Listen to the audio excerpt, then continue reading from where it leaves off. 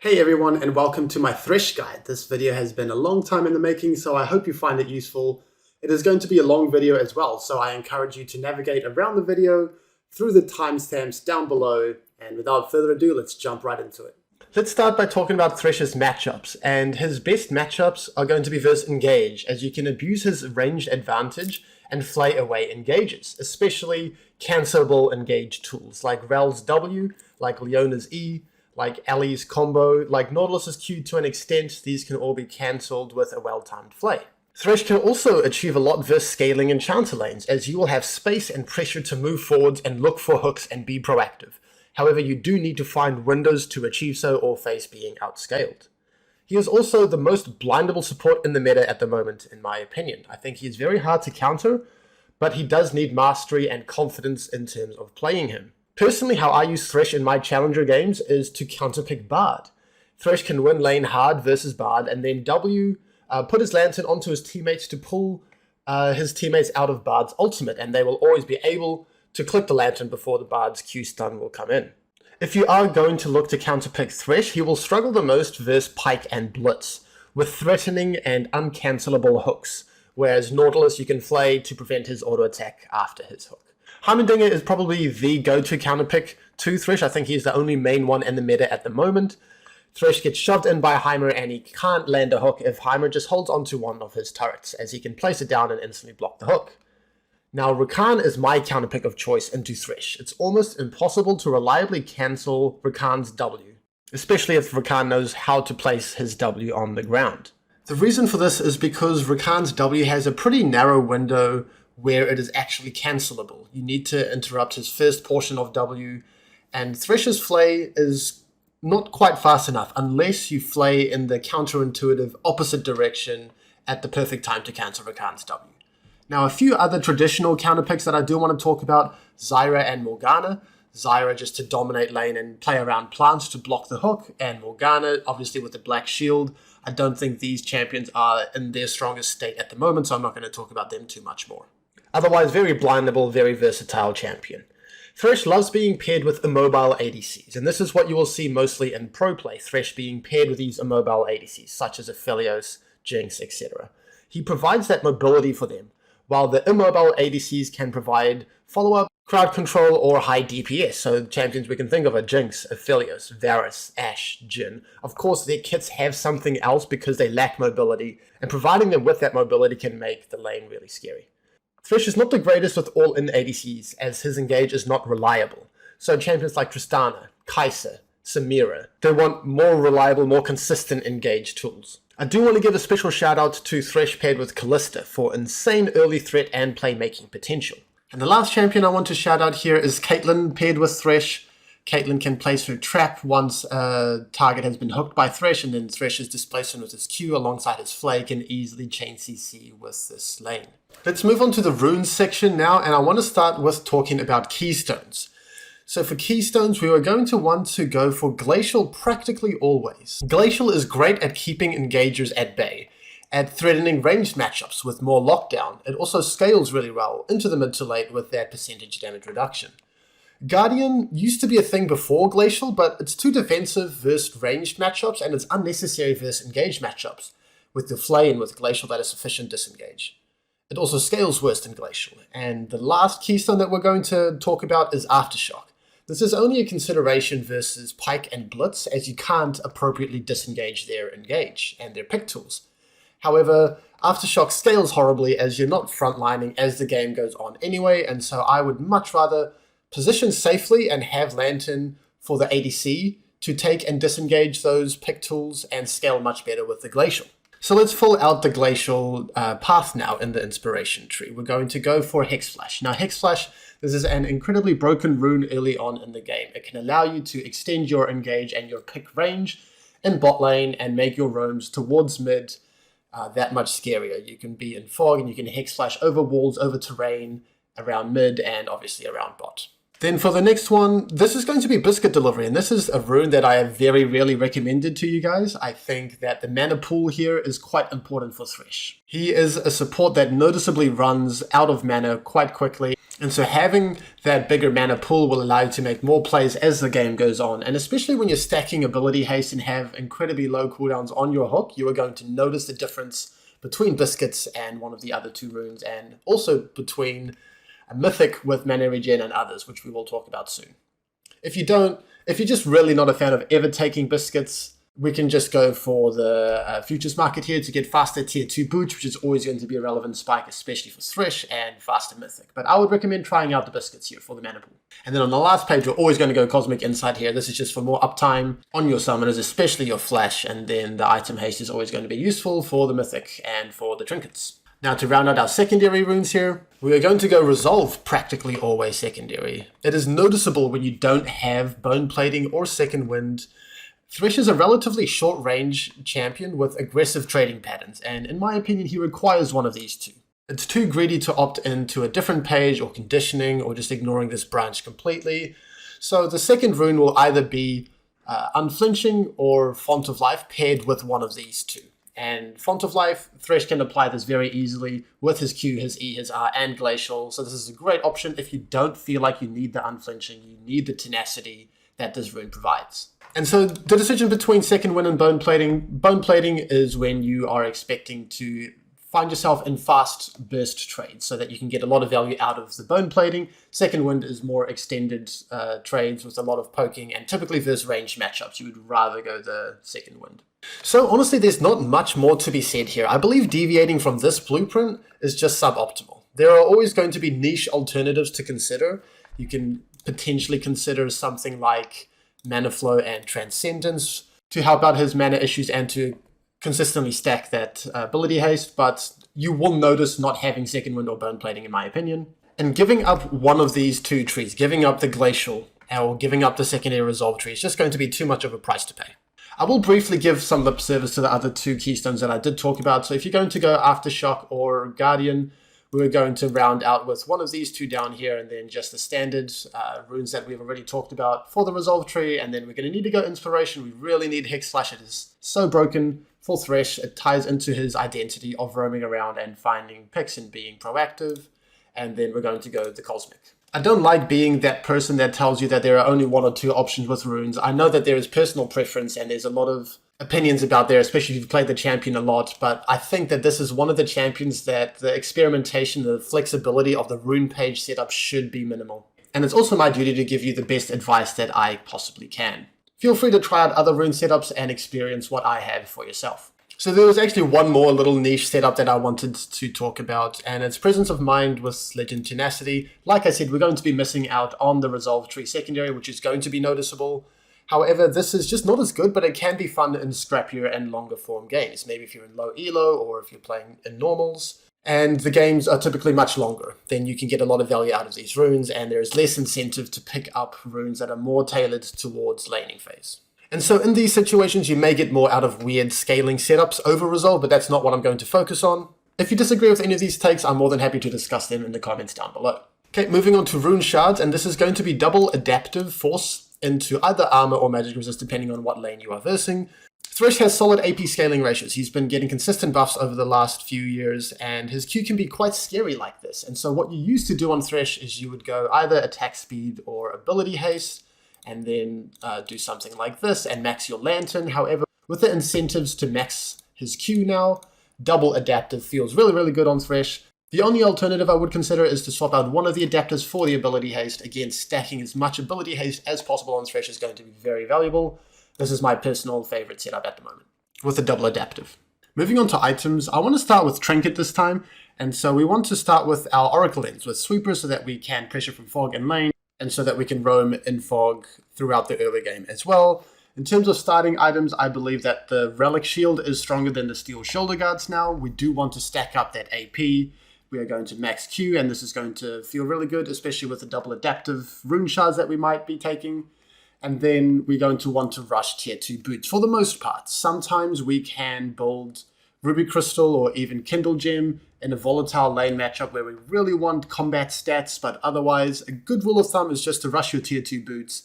Lucidities, giving you that flash cooldown and 20 ability haste is just really, really strong for Thresh, and it's hard to look past this boot. We can consider Moby Boots to keep up with fast-paced games, and also to escape kind of non-volatile or completely lost bot lane matchups. I believe that Mercury Treads and Ninja Tabis, or whatever it's called nowadays, plated steel caps, I believe that these are a bait. I don't think that you need tankiness from your boots. It's not going to necessarily be relevant in lane, and then throughout the mid to late game, you're not going to be the frontliner. You want to be positioning in the front to back and allow your allies to be in the front, and the value that Lucidity Boots is going to give is just too much to ignore. So about like 8 or 9 times out of 10, we're going to go Lucidities, and that 1 or 2 times out of 10 where we just really want to get out of bot, we can't get anything done, or the game pace is really, really fast, we can adapt and we can build Moby Boots. Okay, let's move on to the mythic items now, and this is going to be the rush after your tier 2 boots.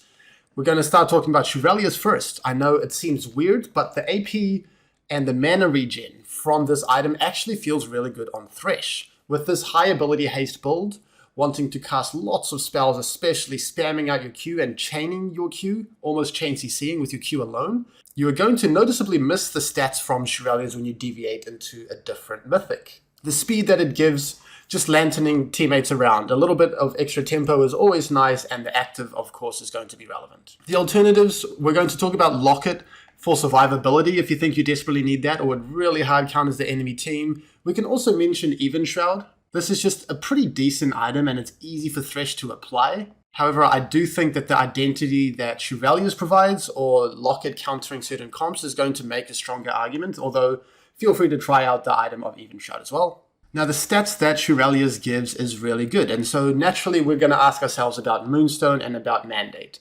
Let's start with Mandate. So Mandate, Thresh would be able to apply quite consistently, and Mandate can kind of be a mix between Chevaliers and Even Shroud in a way, right? Applying that extra damage for locking down and finding picks. And so I actually think there's a bit of an argument to be made to test out Mandate. Moonstone, probably not. That's not the type of fights that Thresh wants to find himself in. It's going to be more about picking and tempo. Radiant Virtue, the item is far too expensive, and it is going to have lower value in skirmishes, and it's just going to have lower uptime in general compared to Chevaliers and potentially Locket. This is Coach Cupcake from the future. I have been testing Mandate and even Spell Thief Start to limit test how good AP and mana regen feels on Thresh. So Mandate is actually a good item on him. Every game I got around 3 or 4k damage from the item, and you can do things like this because he does so much damage, and having that extra damage for yourself and for your allies and scaling for his great AP ratios is really good. So I'm not going to say build Mandate every game, but it is 100% worth a test, and the damage can really amp up in extended skirmishes like you are going to see on the back end over here. In an early game when you don't have as much ability haste, then it's harder to feel it, but it really is going to amp up.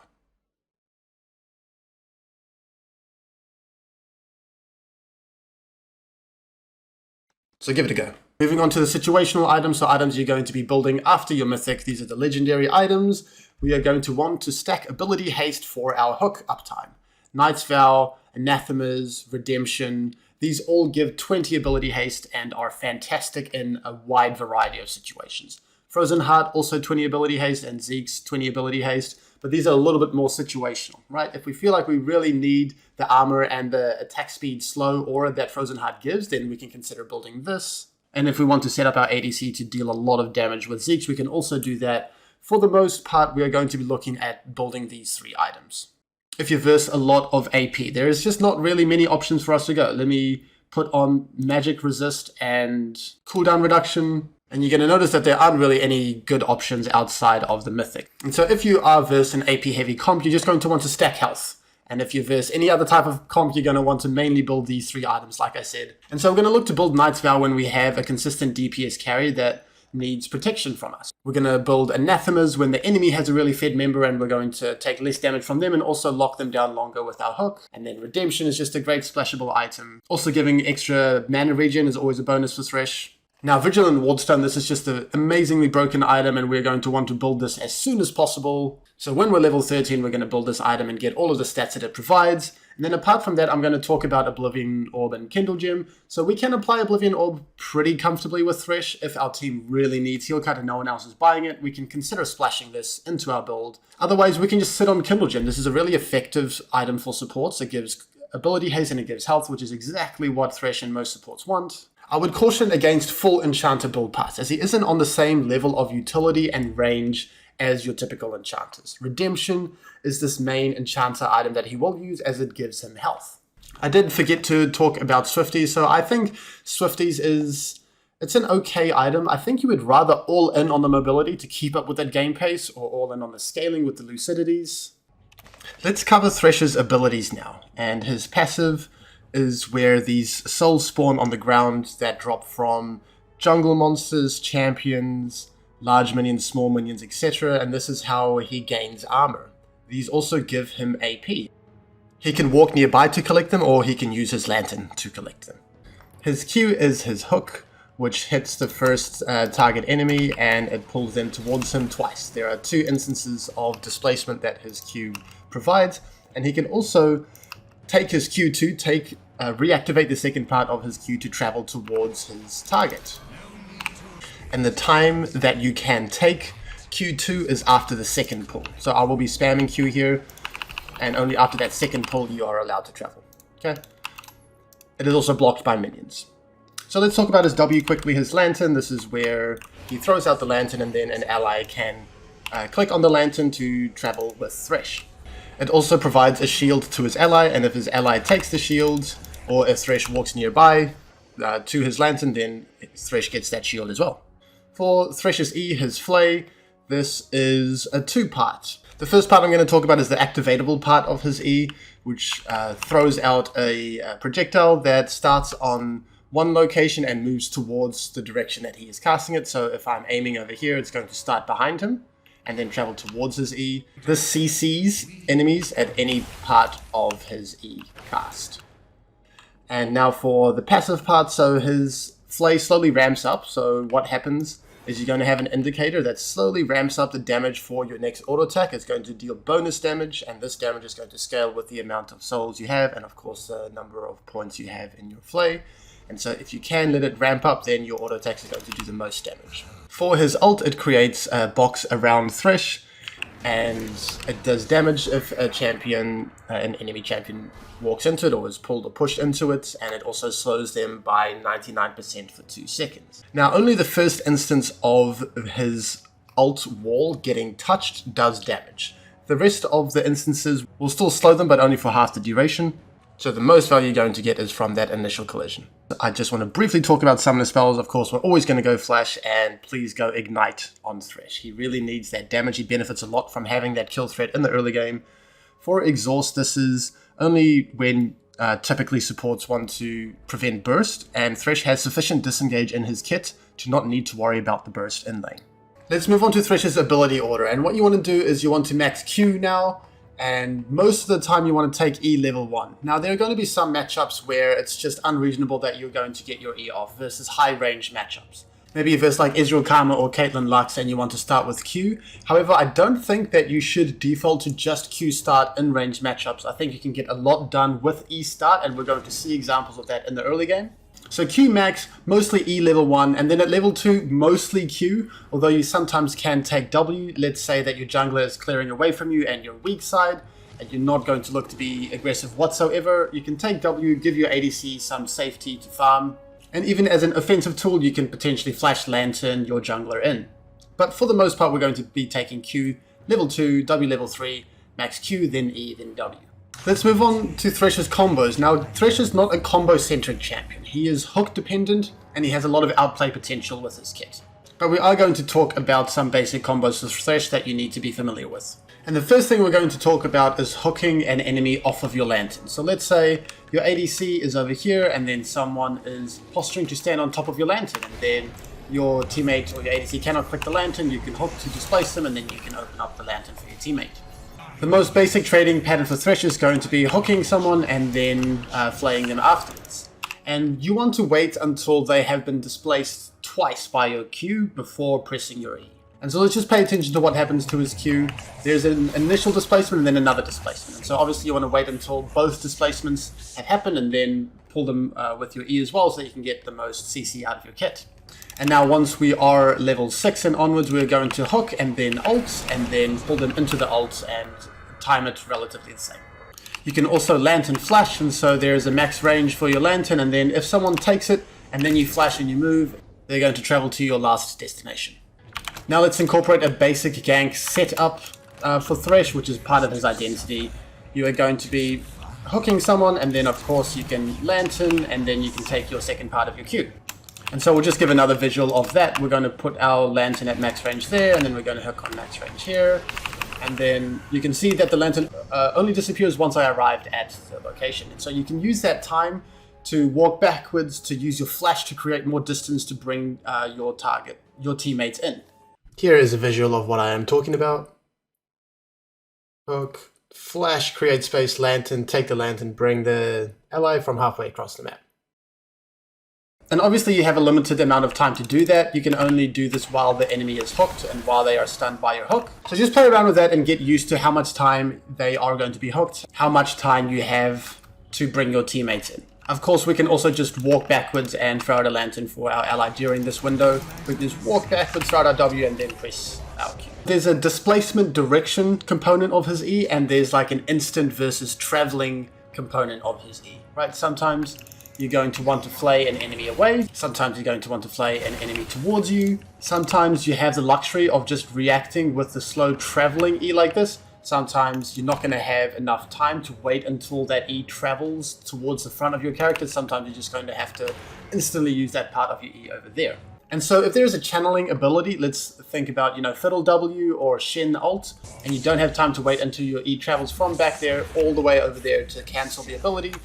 That is just one example of using the instant CC component, right? So like I said, not many combos with this champion. It's just more about how his kit is going to interact with the enemy team, with your allies, in different games, and so we're just going to jump into some examples. Moving on to Thresh's early game, and I want to take a slightly different approach to how I normally do my champion guides. I'm going to cover one concept at a time and show you a bunch of different examples for each of them. And the first concept I want to talk about is level 1 Flay into auto attack. You're going to see why I take E level 1 the vast majority of the time regardless of matchups. And the main idea behind this Flay into auto attack is that it does a lot of base damage level 1, especially once your E has ramped up its passive damage with your auto attack. And with that threat, with that pressure, you can achieve a lot. Windows to find this Flay into auto attack are going to be when you can find an isolated 1v1 trade, or when you're punishing the enemy cooldowns, or when you're just really strong, much stronger than your opponent's level 1. So without further ado, let's just jump into a bunch of these examples. And so for this first example, what you're going to be noticing, I'm going to be looking to move forwards and pressure and find that window to Flay into auto attack. In order to get success from this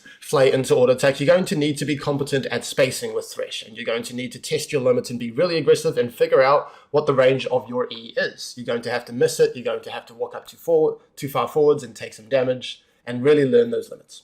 And this is a matchup where there's just very little pressure because Maokai is very weak, and especially this Maokai with first strike and with his E start, he is practically a glorified melee minion, and so I have a lot of space to walk up and look for this Flay into auto attack. So I'm posturing forwards, I'm posturing, and then eventually I'm going to find a window onto the MF. She also uses her E, and so this is a great window for me to look to punish that E usage, walk forwards and look for that Flay into the auto attack on exit, and then you can see it's a really solid trade, right? Here is the next example, and this is a much more pressuring matchup, right? We are Thresh into Blitz, which is one of his counters, and I showed you an example of using the Flay into auto attack on the ADC. I want to show a bunch more examples on the support now.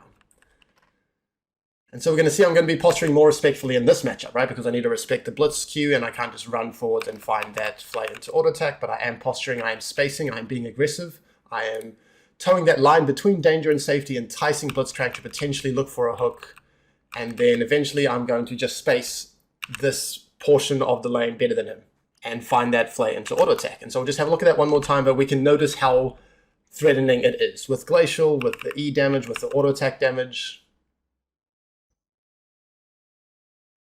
Playing this dance a little bit more precisely than Blitz, and then finding that Flay into auto attack, and you can notice that I'm running a little bit backwards between my Flay into auto attack because the Flay is going to bring them within your auto attack range quite comfortably, and I didn't want to give him a window to find a hook while I am using my auto attack. Just have a look at that one more time. I'm going to play this dance, pull him, and then I don't want to get hooked right now, so I'm going to move a little bit into safety, find that auto attack, and then back off. Now we're going to jump forwards like 30 seconds in the exact same game, and we're going to see another example. And this time I find that onto the Kaiser. And again, you can see my spacing after the Flay. I want to make sure I don't get traded on, but I know my auto attack range. And so I can find that auto attack after the Flay with a little bit more space between ourselves. And I feel comfortable to walk up like this because Blitz can't hook me with this minion line here. And I deem that Kaiser is a little bit out of position here. She's in my Flay range. I'm going to use my Flay. And then another example is going to play like 10 seconds later. And so we'll just get to that moment. And so I noticed that Blitz used his Q, and so now I have a lot of space, a lot more pressure to walk forwards. You can see my shift in body language, right? I wouldn't be able to do this if Blitz still had his hook. And so now Kaiser wants to walk up for this last hit. I'm not going to allow her. I'm going to find that Flay into auto attack. Be on the lookout and constantly be walking that line between danger and safety and playing this dance. Next example is going to happen a little bit earlier, and you can see how I am making sure that it is an isolated 1v1 when I am looking for this trade. I don't want it to be a 1v2, and so I'm creating space between myself and my target, who is going to be the Janna. And then I get that Flay off. My auto attack unfortunately gets cancelled, but I still find that auto on the back end there, and obviously this is a really fantastic trade. I wouldn't be as comfortable doing this if Jin was right next to the Janna, and then I would be trading in a 1v2, right? I want to make sure that the trade is as good as possible, and I don't want to be just standing in the middle of the lane getting 1v2, and I want to find that isolated 1v1 like I said. Okay, next game, moving on. I am still pressuring from that mid bush. I'm still looking to find that Flay into auto attack, and this is going to be a very clear example of punishing cooldowns again. And this is the thing that we need to keep in mind with this concept. If they always stay out of my range of Flay into auto attack, they're just going to be completely conceding the lane. They're not going to be finding windows to damage the range minions of the first wave or to contest level 2, and then we're just going to win the lane regardless. And so it doesn't really matter if they don't step up too far. But these are my challenger games, and I guarantee you that people are going to misstep. And so you can see I am standing in the corner of this bush trying to dodge a blind Q from the Bard, and then I'm going to use that to just walk up, and I have a lot more space in the lane now. And then the Bard missteps, I find that Flay into auto attack, and then we're going to get a really favorable early trade. Next example, I just want to show you how effective this strategy is, even if it isn't executed that well. And so for this example, I am on the wrong side of the lane. I'm standing out in Riverside. It is easier for the enemy to land skill shots on me and to track my movements. However, I still find that window to Flay and then to auto attack, even through a Bard stun and a Samira passive auto attack. The trade is looking pretty decent. I do want to say that I feel confidence in this matchup to be able to fish for this isolated 1v1 trade quite aggressively, because I know that Samira is notoriously weak level 1. And so I can walk up here, find a confident trade onto the Bard, and then cut the trade.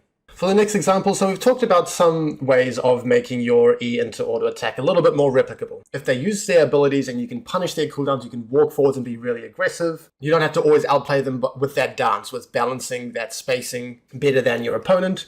You can also look to punish the support going for relic stacks, and so that's what we're going to have a look at here. I see Blitz walk up for using a relic there, and then I'm going to Flay into auto attack, even find another one, and then it's a pretty comfortable trade win. The next concept is finding ways to land your hook. We don't want to have to predict the enemy's movements. There will be opportunities where we can have a high percentage hook. Maybe the support is going for a relic stack, or you can throw it at an unpredictable time right after a minion dies. Or maybe they're next to terrain and they can't juke very easily. Maybe we can also hex flash and hook from bush and give them less time to react. We just really want to make sure that we can find a way for our hook to land, because the difference between a Thresh hook landing and not landing is going to be night and day. And so sometimes you're going to need to be creative, but I'm going to show you some opportunities for these hooks. And so this is going to be a very standard example where the Blitzcrank is going to walk up for a cannon. I'm pretending that I'm going to allow him to do so, and then I'm going to throw that hook, and this is just really standard. Of course, we're going to win this trade on the back end. Next example, same game, I am going to throw my hook immediately after using a relic. And once again, this is tying in both of those concepts, right? Punishing the support going for a relic and throwing a hook at an unpredictable time. And so what happened here is the Blitz is going to hang around for this minion, and I'm going to instantly throw that hook. Next example, again, I'm going to use the minion wave to create opportunities for me to find a hook. And I'm also going to punish a cooldown that the Janna uses. And so I see her channel her tornado. I'm going to stand in an unpredictable spot in the bush, and then I'm going to look to punish the Jin walking forwards to contest these minions. And so then I just deem that he's a little bit too far out of position now. And so I've created an opportunity to find a hook because he's walking up to the wave, and then I'm just going to see if I can land the hook. The next concept is predicting some form of juke. So if you can't just have a really high percentage opportunity for your hook, and you're going to throw out your hook, which you will need to sometimes, you want to typically predict some form of juke, especially early in the game. I would say the tendency for player behavior is to look to juke some type of high threat skill like THRESH's Q, especially early on. Now, after you have interacted with them a bunch of times, you've thrown out your hook, they've juked or not juked, and then you start to play that mind game. It might be a little bit tougher, but generally it's a good idea to throw your hook for some form of juke. And so what's going to happen here is I'm going to look for a hook on the blitz and I'm going to throw it for a juke. Pretty straightforward. Next example, I'm going to be given an opportunity because I know Jukes wants to hang around for a cannon, and so now this gives me an opening to try and land a hook. It's just not going to be a high percentage hook, so I'm going to throw for a bit of a juke. Even through her ghost, I'm going to throw for that juke and find the hook. Okay, next concept, unpredictable target selection with your hook. And so if you can find a hook on the squishy enchanter after they've used their cooldowns on their ally, then this could be a really easy kill for you to find. So here's going to be the first example.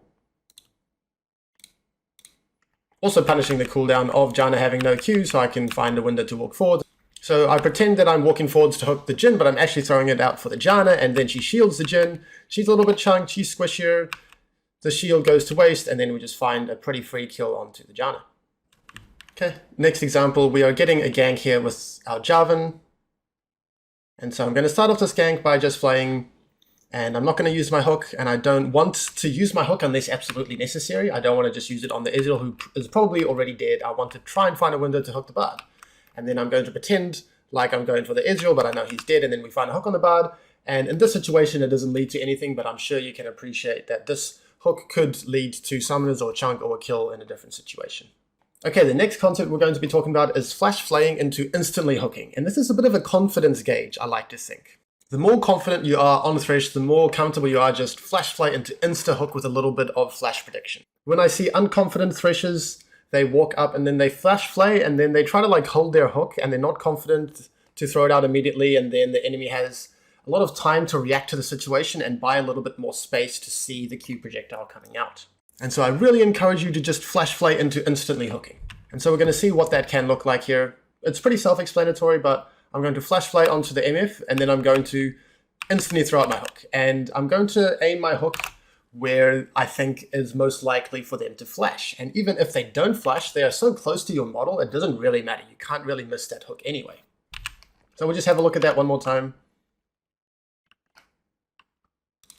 Flash flay into insta hook, and I'm going to be throwing it in this direction where I think she might be flashing. Now either she flashes and she has no flash, or they both flash and she still gets hit by the hook. Either way, I'm going to be happy. This is a concept that I talk a lot about with my Thresh students, and I can tell who is confident and who is, rusty or unconfident or learning Thresh by how fast they flash flay into hook. And so that approach is going to be the best when it is an isolated target that you flash flay into hooking, right? That example we saw, the enemy Maokai was standing by the ADC, and so we couldn't find the hook onto the ADC. And so in that situation, what you might want to do is slightly delay your hook to find a window to go for the ADC instead of just settling for that flash or settling for the support kill. And so here we're going to see an example of when I was playing professionally in 2021. I'm going to find a window to flash flay and then walk past the enemy support and wait for the enemy ADC to flash and also throw for a slight juke. So let's just have a think about how this could play out, right? I could do what I did, or I could flash flay here into insta hook and most likely hit the Nautilus and force the ADC's flash and kill the Nautilus, but you can take that greedier option as well and try to move past and find that hook onto the ADC. Something for you to play around. If it's an isolated target, I heavily recommend flash flay into insta hook. Okay, so we've talked a lot about lane. Now for the next concept, it's going to be about roaming and being a fog warrior. Now what I mean when I say fog warrior is embracing the fog, moving in fog so that the enemy can't see where you are, so that you can achieve the maximum amount of pressure and find opportunities. You really want to stay in fog. And typically our roam timers are going to come from crashing the wave into the enemy tower so that the following waves slow push into us, and then we have a lot of time to roam and impact the map when our ADC is not going to lose many minions because it's pushing safely into him. And so for this first example, we didn't fully crash it all the way into the tower, but it is pushed up enough that it is eventually going to push into us. And so I'll just show you what I mean here. Maokai is trying to hold the freeze, but he just can't quite achieve it. Melees are running into the enemy tower range, and so it's just going to push into us. I'll just show you exactly what I mean here. It's slow pushing into us.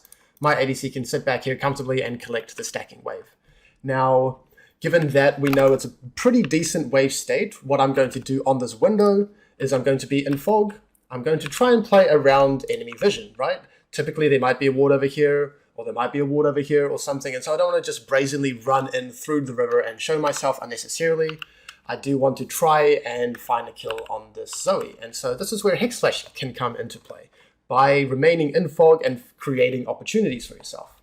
And so I'm playing around a potential ward over here, and then I'm waiting until the Zoe might potentially be out of position, right? And then she walks forward, she's out of position, and then I hex flash forwards, and unfortunately I just miss a really easy hook. But you can see what I mean by staying in fog, by using hex flash to extend your engage range and be really threatening. All the meanwhile, my ADC is perfectly happy to sit here for the moment. Now it's important to find these windows to roam after crashing a wave, because the alternative is not really doing anything. And so this is a way for you to carry the whole game and translate your lead. You do something bot, like we found that kill that I showed earlier, we get a good wave state, I can translate that lead and that pressure towards mid, deny some vision, maybe find a kill, go right back bot, rinse, repeat. And so in that way, you're not just winning your lane and hoping your teammates are doing well. Okay, next example, and I just want to emphasize how I'm not just autopiloting straight bot out of base. I'm going to look to see if I can pressure around this area of the map, because if we can pressure and control this area and allow our mid to have pressure or to even kill their mid, and then we can just control the entire of the bot side of the map and snowball quite cleanly. And so what's happening for me is I'm going to be pathing through the base gate so that I can give myself time to either commit to pathing towards mid or decide that maybe I should be pathing bot. And so in this window, maybe I can try and be here in time to hold that freeze. But again, this is a potential roam opportunity as well. And so what is happening is that there is some action on the map. And so I see something happening here and I deem that I just want to be near the action, right? I want to rather move towards fights, move towards actions. Don't hesitate at all in that regard, and then think later or think during your move. Should I continue my move towards this? And so we can see what ends up happening here. I move towards this fight. I'm looking to stay in fog. You can see how I'm not just brazenly, again, running in through river. I'm not hitting this plant, because if I hit the plant, they know that I'm here. And so I'm staying in fog. They still don't know exactly where I am. I'm using my hex flash to increase my engage range, and then it's just a really simple kill onto the enemy mid laner. Now, if there wasn't any action going on here at all, maybe my better play would have been to just sprint bot and try to hold that freeze, or sprint bot and try to interrupt the ADC's base. This is something that you need to actively think about, and that's why I recommend pathing through base gate, give yourself some time, assess the situation. Where should you be on the map to achieve the most pressure? Is it going to be around this area of the map, or is it going to be just bot lane? Okay, next example, we have crushed the wave. That means that it is going to slow push into us. I know that this is a good roam timer, and so I'm going to look to impact the map and potentially around mid. And so I'm going to try and be creative here, right? I'm embracing that fog warrior. I know that it is probably more likely that there is some form of vision around here to deter my roams. And so I'm going to be creative and impact around mid from top side. And so what ends up happening is, unfortunately, everywhere was warded. There was a ward here, and there was also a ward in this bush. And so it was really hard for me to impact mid on this window. However, it is the concept that is important. And if it does happen that you're on a ward, or they're just playing too safely, then we don't want to hang around here forever, right? At some stage, we're going to have to embrace reality and just cut the play and move back towards bot side. Okay, same game, just a little bit later, and we are going to be posturing in fog once again. I'm going to put it from their perspective here. And we're just going to have a look at what happens. I am valuing being in fog. I see Ezreal flash forwards, E forwards, and then I'm going to be channeling my hex flash in fog and enter the fight unbeknownst to the enemy team. And then we find a couple of kills. Just emphasizing being that fog warrior. And if you can find a way to be in fog around this general area, around bot river, between mid and bot, you can open yourself up to finding opportunities around bot or around mid. Same game, just a little bit later now, and so we are going to be basing, and out of base, we want to think about where we want to path, right? I deem that there's nothing to be done by pathing bot here. My mid laner is also looking to get a plate and then base, and so there's not much for me to do. And on this window, I decide that I'm going to actually look top. This isn't something that I recommend for you to do too often, but given the lack of alternatives, my ADC is dead, my mid lane is basing, and the enemy top is shoving in quite aggressively and is a little bit chunked, I want to try my hand at impacting top as well. And so I'm going to be staying in fog. I'm going to take this blast cone to dodge a potential ward around here, and then wrap around, embracing the fog, and look to find a kill here. Now, what ends up happening here is my poppy just walks up and dies for no reason, but you can see the thought here. Finding these windows to roam and being in fog. Okay, next game, and so we're going to have a look at myself generating a window to roam and then using that roam window to achieve something. So we shove the bot wave. I have a lot of time to pressure. I'm not going to have to be bot for a while again. I also have Moby boots in this situation because I deem that my Karthus is more than happy to just sit around bot and farm whenever he feels like it, and I want to impact around this volatile mid-jungle, right? There's pretty much 4 assassins in this mid-jungle draft. And so I'm going to be sweeping bot river, making sure that I am in fog. And so given this state of the map, the enemy has to play quite differently, right? They have to just sack bot and sack mid at the same time, and then we're just going to naturally win. And if they don't do that, then they're going to open themselves up to getting engaged on. And so I sprint here, make sure that I'm in fog, use my Hex Flash to channel and extend my engaged range, and then I just find that Flay into instant hook. Like I said, that isolated target, you want to Flay into instant hook just to make sure that you give them the least amount of time and space to dodge your hook. And so it's just going to be a pretty straightforward kill on the back end there. Finding that roam timing and being a fog warrior. This is going to be the last example for this concept of roaming and being a fog warrior. We shove bot in, we get a flash, we get a TP, and then we're just going to dip into fog and control bot river and look to do something and try to remain in fog. And so I'm going to be roaming. I'm sweeping this area to make sure I am in fog, and I'm going to find a creative window to look to accomplish something. Maybe the enemy jungle is farming his wolves, or maybe he's farming his blue, and if so, then I would be here to kill him. Turns out that he is actually farming his blue instead, and so all the meanwhile they have absolutely no idea where Thresh is. And so on this window we're just going to get away with a heist on the blue buff, but the concept is important again. Now for these examples you have seen that we have a good wave state, right? And it's easy to find these windows to roam if you have a good wave state. So what if you have a bad wave state? What if you're just losing bot, you messed up early and you're not finding a window to roam? Well, then we have to generate a window to roam. We're going to need to find a window to crash that wave into base. And if you're going to be struggling to do that in an isolated 2v2, wait until your jungler is nearby and then ping him to help shove your lane so that you can get that reset. It doesn't even have to be a gank. You can just literally shove the wave and get that reset.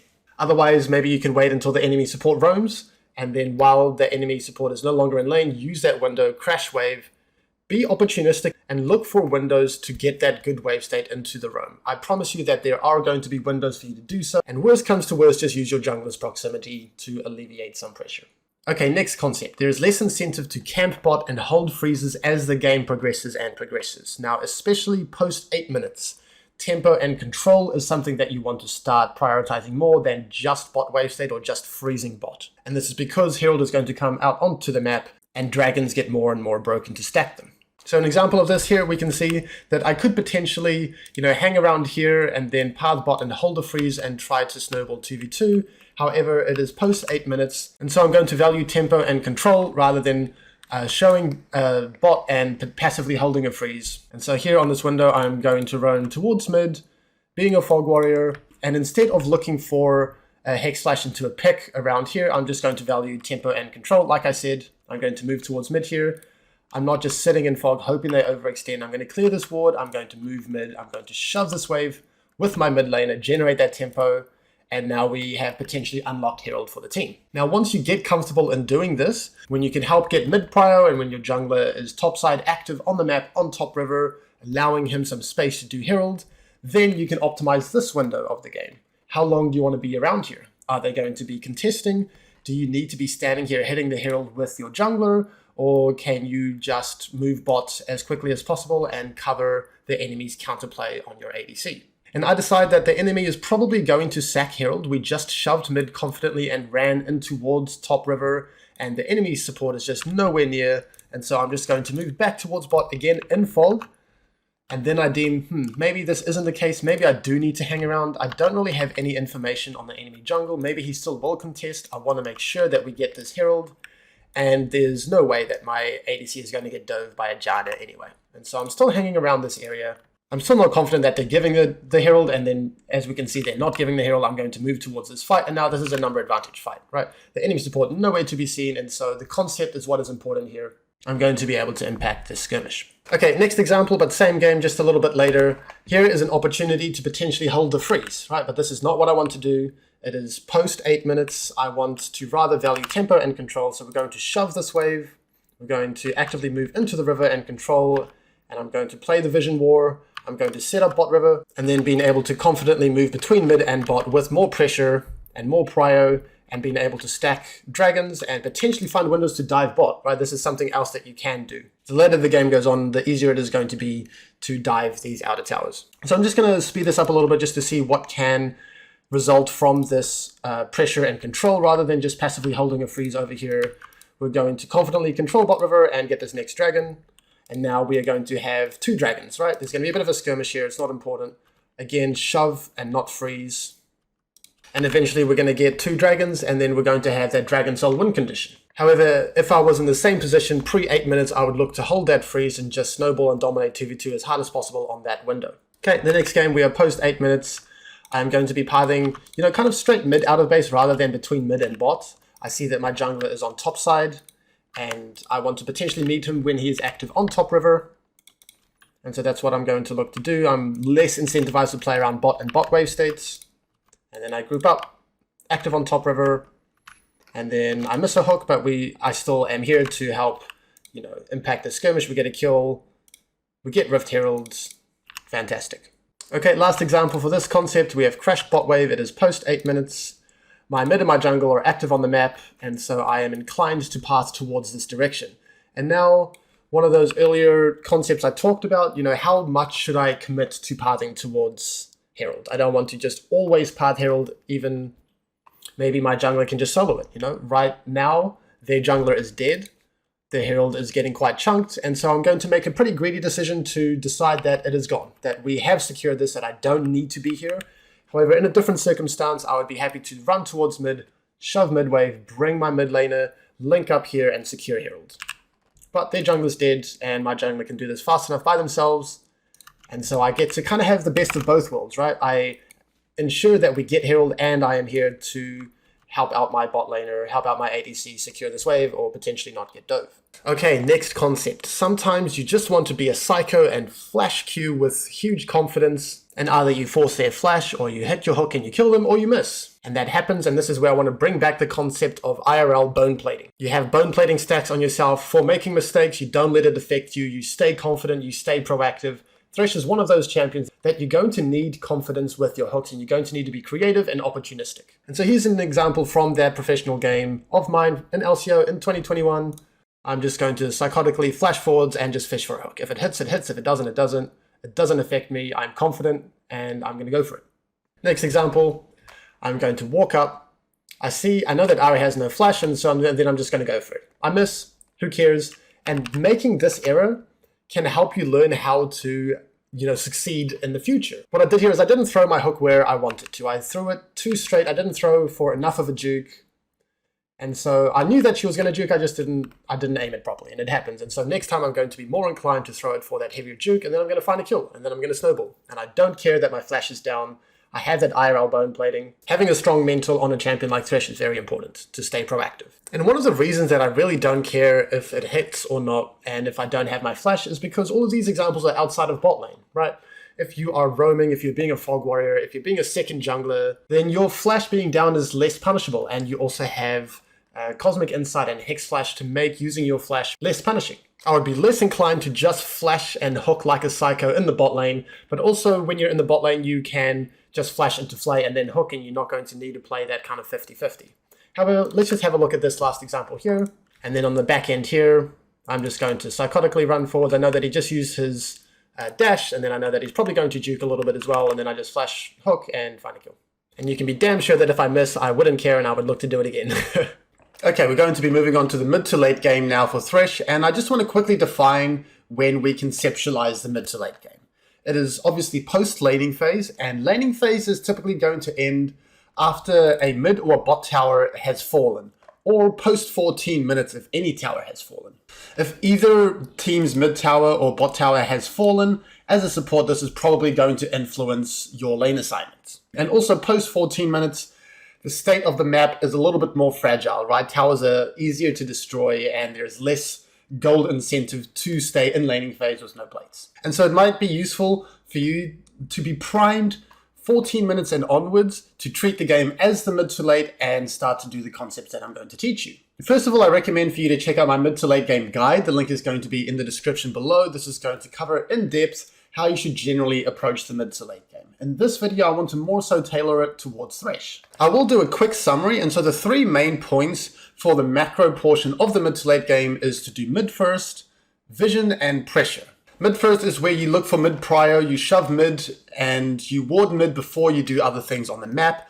Vision is where I talk about the 1 mid 2 quadrant rule, where you ward mid lane and then you ward twice in a quadrant that you want to control or contest. And pressure is where you pressure with your jungler. You try to link up with your jungler so you can actively achieve things. And this framework is really useful when the game is slow and controlled. This is what you want to do unless something pressing is happening elsewhere, like a fight or someone being out of position or an opportunity to get a neutral objective or things like that. So understand that blueprint and how it is useful when the game is controlled. If there is chaos, if there is volatility in the game, rise to that challenge and flourish. Of course, you're not always going to be able to do mid first. Maybe you're really far behind and the enemy is getting mid prior, or maybe your teammates are nowhere near mid and then obviously you wouldn't be able to. So I'm going to show a few examples of mid first. This is something that you always want to keep in mind. And I don't want to show you 100 situations of looking to generate mid prior and then move towards another side of the map and control that and then bounce between mid and a side. But I will give a couple examples. And so in this first example, we are playing off mid wave here. We get the mid wave shove. And then, so we have prior here, and I'm going to move into the mid lane and get a ward. And the thought process behind the mid ward is to get it as deep as safely possible. And it also is a bonus to hide it from the enemy. And so I place mine here. I can see these chokes, and the enemy might not be able to see my ward being placed down, so they don't have information of our vision. And so we can kind of see what results from this mid first. They have to respond to mid, and so all 4 members of the enemy team are showing actively on the map on mid. And now this ward is going to reveal how they deal with us going towards Dragon. Are they going to move through here and contest? We can maybe set up a pick around here or disengage. Are they going to move towards top side for Baron? Maybe we can look to quickly do Dragon or let our jungler solo and match over here. This is just really broken information and it's going to be relevant in pretty much every game state. And so we can see that some of them are moving towards contesting Dragon, and so then I can look to disengage with my lantern and just kind of cut the play. And we have that time and that space to do so because we did mid first. Okay, next example. Here is a mid wave. Our team is getting the prior on this wave, and then we're going to use this pressure. We're going to translate that towards another lane. We're going to move in towards this quadrant, and now they have to passively react to this wave over here, and then they have to respect our move and our being in this fog, in this general area that they can't see. And so we pretty much have 2 lanes of prior at once, right? And then what should happen is after this window, because we don't have this window forever, obviously, there's going to be another mid wave and we would want to secure prior again and then just slowly control and bleed them out. What happens is we just kind of drop the ball. My ADC is just randomly running towards the side and I'm standing here. I'm like, guys, let's try and get mid wave. This is what is important. I'm going to be looking to lantern him. And then the enemy jungle does a good play and he's trying to cut the mid wave off. And so you can see this emphasis on mid wave. Because mid waves meet first, because it's in the middle of the map, you can use that to control 2 out of the 3 lanes and really squeeze the map from the enemy. Now I want to show a situation of when we can't do mid first. Maybe we're far behind, maybe there's a Baron buff, maybe we don't have our teammates grouped up. And so that's what we're going to see in this situation. We are behind, we are versus Baron buff. There is no way we're going to get mid prior here. And so we want to be creative. We don't want to just be standing mid, allowing the enemy team to shove, and then we're going to be conceding and not achieving pressure anywhere else. We want there to be some form of pressure seesaw. They pressure mid, then we pressure somewhere else. Ideally, we're pressuring mid, and then we can have the first move. But let's just see what happened in this situation. I decide to sack mid.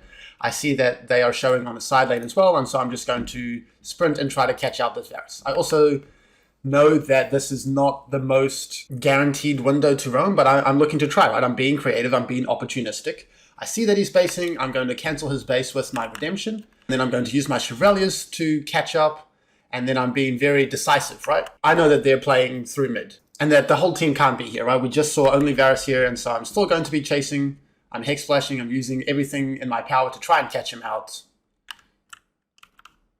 And then eventually we get a pick here, and this is obviously a lot better than just sitting mid and collecting minions with them shoving us in. Now what they should have done is shove mid and move towards the side, right? Like we saw in that previous example, and then it would be impossible to do something like this. However, that's not what they did, and so we were able to find a creative pick. Okay, here's the next example, and so we have mid-tower discrepancy, right? Our tower is dead mid, their tower is up, and so it's going to be naturally much harder to get mid prior. And again, I'm not just going to be passively sitting here waiting for the enemy team to shove us in. The next dragon is also spawning in 10 seconds, and so I'm going to be realizing that there's no way we can play for mid first here. Also, my jungler is dead, and my ADC is basing, so I'm going to use this window to control instead. I'm going to allow the enemy team to get mid first, mid prior, and then I'm just going to be playing the vision game around bot river.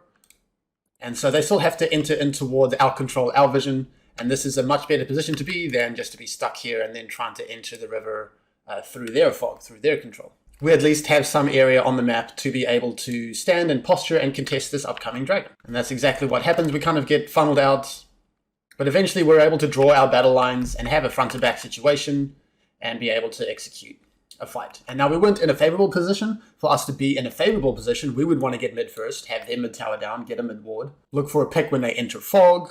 This is a hell of a lot better than being in a losing position. And the reason I'm emphasizing mid so much is because it's so important for THRESH in particular as well. He thrives around having mid prio and being able to pick around mid fog, especially these side bushes. If you can have the shove around mid and sit on a pink and look to find a pick when the enemy walks through these chokes or contests, then that is where he's going to flourish. And so we're going to see a few examples of this. We are going to get the mid shove and then we're going to move in towards the side. I'm going to look for a hook, it misses. And then I'm posturing around here. You can see that I'm not just like running all the way around here, allowing them to move through these chokes, allowing them access through mid. I'm staying in fog, I'm sweeping, I'm making sure that I'm in fog, and then I'm going to look for a hook. And if you've been opportunistic, if you're on the lookout for these windows, then they will come. Okay, next example is going to be around mid. We're going to find an impactful Q as well. And these small mid skirmishes or picks are just really good for THRESH. And so there's a bit of an ADC fight, and then Bard ease in too far forwards, and then I find a hook into a pretty straightforward pick at the end of the day. And keep in mind that this is in Challenger, so be on the lookout, be diligent, and opportunities will come at every elo. Now, I do want to mention that if you opted in for Mobies, then there's a little bit more incentive to find skirmishes and roam and impact sides. And so THRESH is quite versatile in his playstyle, and it can be dependent on his boot choice. However, I do think the most impactful way to play THRESH is to mainly focus on mid first and picks around mid fog. Alright, the next point is to provide Lantern for your teammates during the mid to late game. Whether it's to allow your ADC to safely shove mid and then you bring them out, whether it's to generate tempo or to pull teammates out of sticky situations, you don't want to face check and be the front line as THRESH necessarily. And so we're just going to have a look at a few examples of doing this.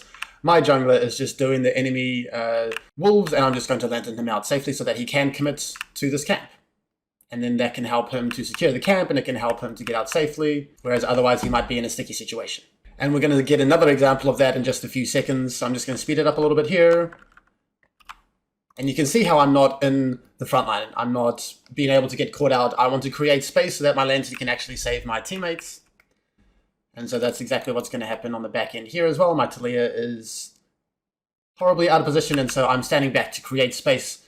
It would be much worse if I'm standing there trying to like flay people away or be a front line. We're both going to die. And this is actually the most common mistake that I see from my THRESH students, is being too aggressive in mid to late game scenarios and being frontline and then being caught out of position. It seems like it's a common theme to feel pressured to make picks and be really aggressive, whereas sometimes with THRESH you just want to be positioned in a front to back, you just want to provide a lantern for safety and chill out. I'll show another quick example here. We're contesting some vision. I want my Jarvan to go first. I'm going to be posturing safely and back here because I know it's a little bit tricky to safely contest all of this. And so I'm just going to be able to lantern him out, right? And if I'm just standing there with him, then we might be able to get, double Bard stunned and ulted and just be in a really horrible spot. Last example I'm going to show from this, I'm sure you get the point by now, but my Draven is going to be doing red buff, and I'm just going to put my lantern down there for him to take and just generate a little bit more tempo. Okay, now we're going to start talking about THRESH in fights and in skirmishes. And the first point I want to talk about is to not get Q2 happy. What I mean by that is if you find a hook, you don't have to take it in, because then if you misassess the situation, you can just die very quickly and throw the whole game for your team. And so you're going to be able to need to assess the fight, right? Is this a fight where they are out of position and I want to commit forwards, take Q2, flay them, kill them? Or are they not that out of position and you just want to hook them and play a little bit slower and wait for that perfect moment? And so let's just have a look at a bunch of examples. Here's the first example. We are moving in to slowly contest this dragon. I'm finding a hook, but I'm not taking Q2, right? I'm just going to play a little bit slower, a little bit more front to back, buy a little bit more space and time, and now they're out of position, and now I can really look to hard commit. And so that's the main theme that we're going to be exploring in the rest of this mid to late game section. Accurate fight assessment. Feel out that ebb and flow. If they're not out of position, if it's just an organized 5v5 front to back, that's fine. You can flourish in that. You can acknowledge that. THRESH is great at buying space for his allies and playing a little bit more slower. THRESH is also great at accelerating skirmishes and being chaotic. And so you need to be able to flip that switch between skirmish and all-inning and team fighting and front to backing. Again, the most common mistake is misassessing the situation and just being caught as a frontline THRESH when the enemy team is not out of position and then you're just out of position and you throw the game. And this is going to be a great example of just that. I am going to be caught out in the front. I have misassessed the situation. I am not playing front to back. I'm not able to buy space. You can see this should look awkward. It felt very awkward. And now I'm not here. I can't lantern out my carries. I just can't really do too much. And then they just get to access our carries for free. Remember, THRESH is fantastic at peeling and generating space with his lantern and his Q and his E and his R and playing slow until you want to flip that switch into full aggression mode when you deem that they are weak enough or out of position. And now this example is going to be a great example to showcase what I mean. And so this is that fight that we saw earlier about using a Q around mid. I'm just going to play the back end of this fight. And I deemed that we are not in a favorable position. The enemy is not horribly out of position. I want to play to buy a little bit more space and time for my team. And so you can see I'm creating space between myself and Draven. I'm looking to lantern him away from the Hecarim. I'm looking to use my Q and my E to create space, peel, instead of being right next to Draven and then we both get one shot. And so now we're going to move like 30 seconds forward in this game and just have a look at what I mean again. And we saw this briefly in the other clip. But you can see I'm generating space. I'm not confident that any of the enemy team is out of position. I'm not being frontline. I haven't flipped that switch yet. I'm posturing. I'm playing front to back. I want to not be able to give the enemy team an engage on myself.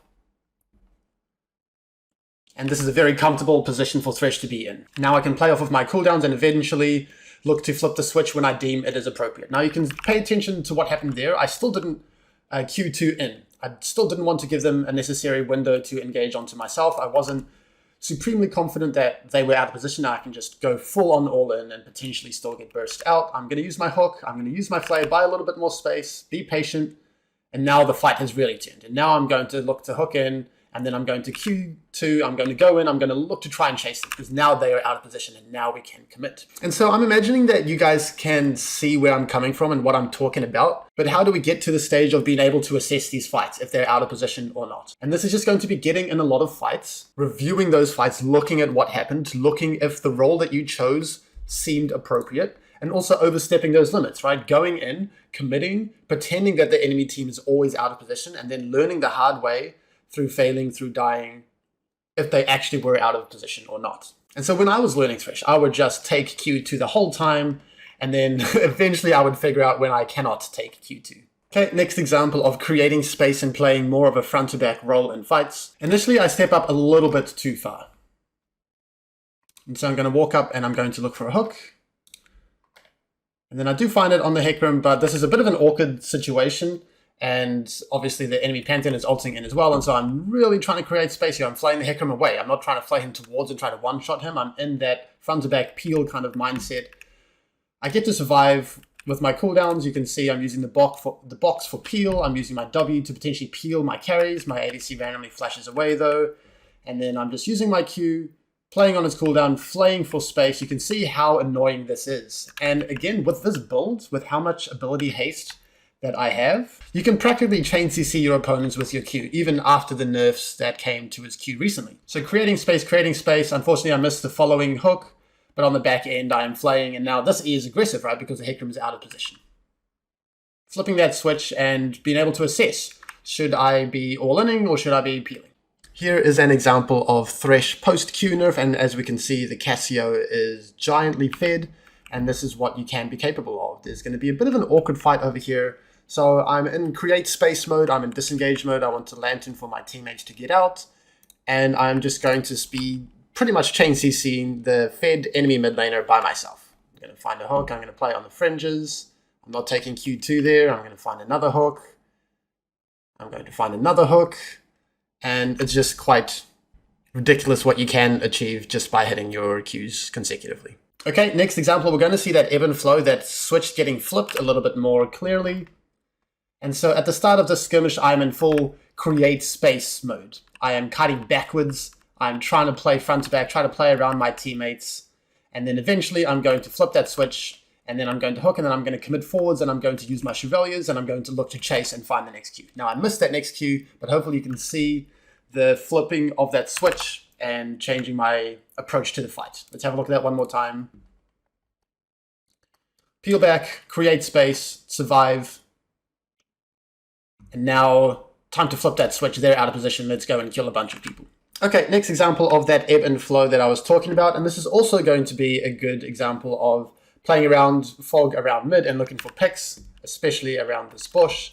And so I see that Zoe is looking to ult forwards. I'm going to throw my hook. Zoe is out of position here. I'm going to commit for this kill. I'm not just going to play front to back and peel, of course. She's out of position. We one-shot the Zoe. We're running forwards maybe a little bit too far. And now the enemy team is no longer out of position, right? We're a little bit out of position. I am moving backwards to buy a little bit more space and assess from there. Just because we killed the Zoe doesn't mean the rest of the team is going to be out of position and we can fully commit the whole time. Be ready to assess in the moment what you think you should do. We're going to see an example where I misassess the situation and I deem that someone is out of position when they're not. And so what's going to happen here is this is just going to be a little bit of a skirmish. I'm going to play this appropriately for the moment, and then I notice that Zoe is ulting over a wall again, and then I'm like, maybe she's out of position. Maybe I can commit towards this. It turns out that I take the Q2, and she's not out of position, and the rest of the team there is there, and then I just get one shot. And so is my life really worth the mid laner's flash? Probably not. I would rather just play front to back on this window and wait until someone is actually out of position.